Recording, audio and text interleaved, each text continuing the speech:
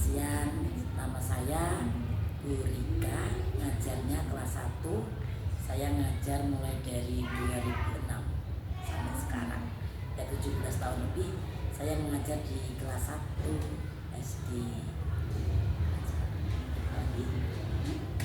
Baik Ibu, terima kasih atas perkenalannya. Baik teman-teman, tidak berlama lagi kita akan masuk ke podcast ini. Pertanyaan pertama dari saya, Ibu, menurut Ibu, apa definisi karakter dan mengapa pendidikan karakter itu penting di sekolah dasar ini? Pendidikan karakter itu buat anak SD ya untuk mengetahui sejauh mana kalau kita mau ngajar itu setiap anak itu kan berbeda karakter. Nah, bagaimana cara kita sebagai guru untuk membimbing anak itu setiap anak kan beda. Jadi untuk penanganannya tuh juga harus beda ya. Makanya kan diferensiasi kan, satu kelas itu berbeda-beda. Jadi kita harus bisa memberi pembelajaran yang ya setiap anak nggak beda. Misalkan anak ini seperti ini gaya belajarnya, anak ini gaya belajarnya seperti ini ya. Kita harus mengetahui, mendalami karakter anak itu bagaimana. Jadi karakter itu ya untuk kelanjutan kita, bagaimana cara kita sebagai guru memberi pembelajaran ke anak itu yang lebih spesifik sesuai dengan gaya belajarnya.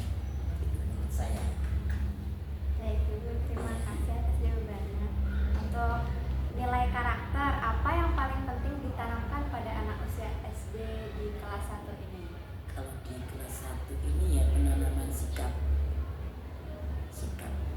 Sementara ya sikap dulu untuk anak kelas 1. Untuk menanamkan sikap, contohnya sikap disiplin, sikap percaya diri, sikap berani, tanggung jawab gitu. Baik Ibu, untuk metode yang biasanya Ibu gunakan untuk menanamkan nilai karakter sikap itu bagaimana ya? Ya contohnya aja pas di pembelajaran sehari-hari Mbak. Untuk contohnya kalau untuk melatih anak tanggung jawab diadakan piket. Ya piket itu diusahakan anak itu harus mengerjakan. Tidak, misalnya kalau di sini ada misalkan ya contoh orang tua bantu, tidak diperkenankan. Maksudnya biar anak itu melatih mandiri, berarti untuk memegang sapu, contohnya seperti itu. Contoh lain ya penanaman sikapnya, kalau bertemu guru awal pas masuk itu usahakan harus saling menyapa gitu ya, harus sopan, berkata sopan, tidak ke guru itu tidak asal biasanya ngomongnya teriak-teriak gitu ya harus sopan gitu. Contohnya seperti itu, salah satu contoh, tapi ya masih banyak lagi sebenarnya ya. Kendala yang sering Ibu hadapi dalam menanamkan pendidikan karakter itu apa saja di kelas 1 SD kan kadang ada.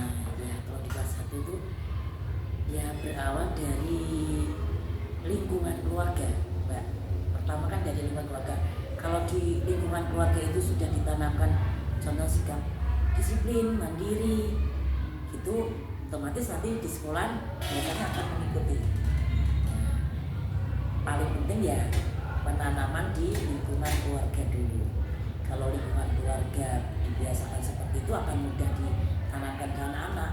Tapi kalau di lingkungan keluarga ya masih ya susah, anak-anak ya harus di satu-satu harus seperti ini nggak boleh, seperti ini nggak boleh, harus ditanamkan, harus ada juga penekanan. Karena untuk kelas 1 kalau nggak harus begitu nanti ya nggak bisa, anak itu nggak bisa mapan mandiri di sekolah.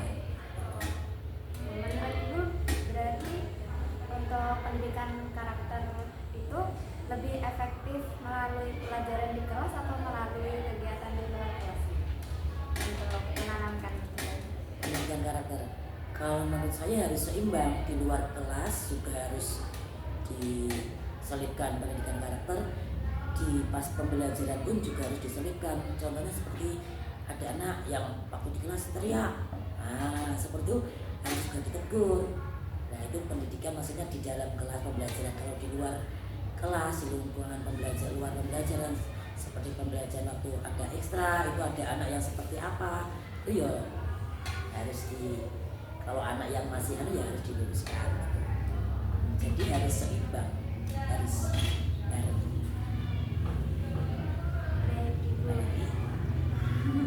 Bagaimana menurut Ibu, bagaimana menghadapi siswa yang sulit diarahkan atau memiliki perilaku yang kurang sesuai dengan nilai karakternya? Ya melalui apa ini ada pendekatan antara guru dan siswa. Jadi guru tidak harus memarahi anak itu, tidak boleh. Jadi ketahui dulu permasalahan anak itu seperti ini itu kenapa.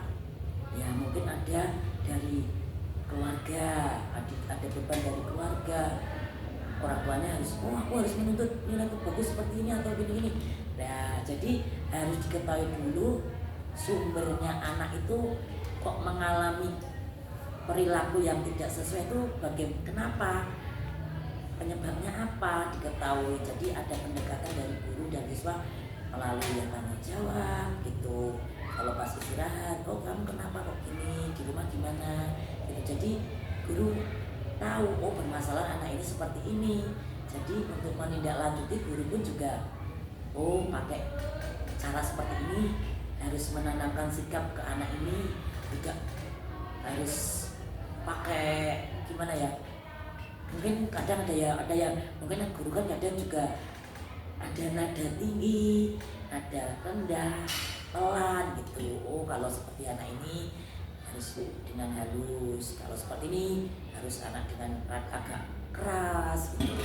Jadi diketahui dulu sumber masalahnya anak itu seperti ini kenapa, atau mungkin dari lingkungan keluarga, ada lingkungan teman seperti itu, atau mungkin guru juga bisa karena dia mungkin nggak suka pelajaran ini, nggak suka gini ya, harus diketahui dulu permasalahannya bagaimana.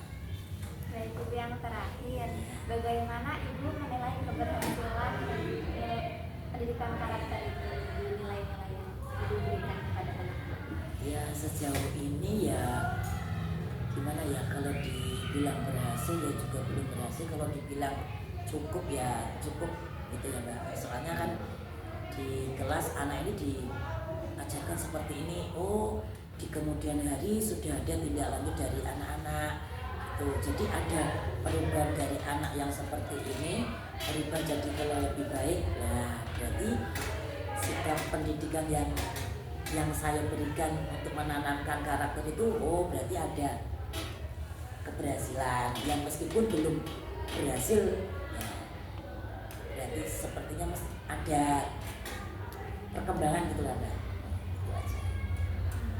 Terima kasih Bu atas jawaban-jawaban. Baik, terima kasih teman-teman semuanya sudah mendengarkan podcast saya hari ini. Dari obrolan kita jelas bahwa peran guru SD tidak hanya sebatas mengajarkan ilmu, tetapi juga membentuk karakter dan nilai-nilai kehidupan anak sejak usia dini. Semoga apa yang kita bahas hari ini bisa menjadi inspirasi bagi para pendidik, orang tua, maupun siapa saja yang peduli terhadap masa depan generasi bangsa.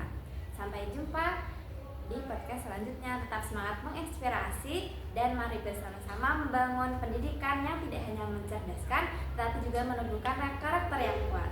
Terima kasih. Assalamualaikum warahmatullahi wabarakatuh. Type of girl a nigga wish he had. She the type that if you get her, you can find.